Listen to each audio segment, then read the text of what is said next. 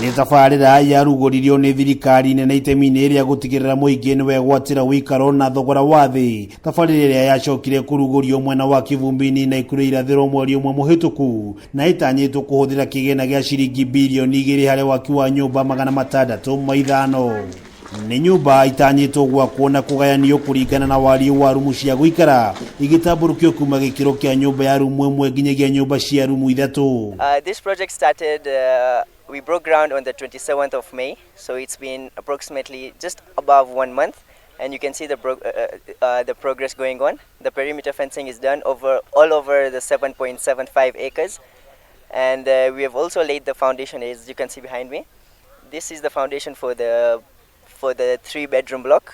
Hĩndĩ ya ũrugũrio ũyũ mũingĩ wa Kivumbi nĩ werĩirwo kũgunĩka na mĩeke ya mawĩra, ũndũ ũrĩa kũringana na mũrũgamĩrĩri mũnene wa kambuni ĩrĩa ĩraka nyũmba ici Mohamed Hussein Ali, nĩ marĩkĩtie kũhe mbeũ njĩthĩ 300 mawĩra. Imesaidia vijana wengi mtaani. Tunafanya siku 3, tunapewa wengine bado wanafanya kama kiundugu yani. Hapa hii kazi yenyewe vijana wana benefit, sababu unajua ukora ni mingi huku mtaani, lakini sasa venye tuko hapa at least tunapata kutokupeleka nyumbani. We have employed around 300 people for labor, so we're expecting to employ in thousands as we grow with the project, because we'll be constructing all of them together as one. Uge wake nĩ wĩkĩrĩtwo hinya nĩ amwe wa aruti a wĩra mwako-inĩ ũyũ, na ũrĩa ũtanyĩtwo kuoya ihinda rĩa mĩaka 2 kũrĩkĩrĩra. No na kuri uguo ni mathingatĩte bata wa atumia gũkuruhanio mwako-inĩ ũyũ. We haven't had security issues because the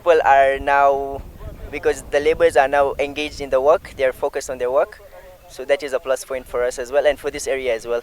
Kũringana na Ali, mũndũ arabatarania ciringi mirioni 1.55 kwĩgwatĩra nyũmba ya rumu ĩmwe ya gũkomwo, ciringi mirioni 3.25 harĩ nyũmba ya rumu 2 cia toro, na ciringi mirioni 4.3 harĩ nyũmba ya rumu 3 cia toro. One bedroom is for 1.55 million, the 2 bedroom goes for 3.25 million, and the 3 bedroom it goes for 4.3 million.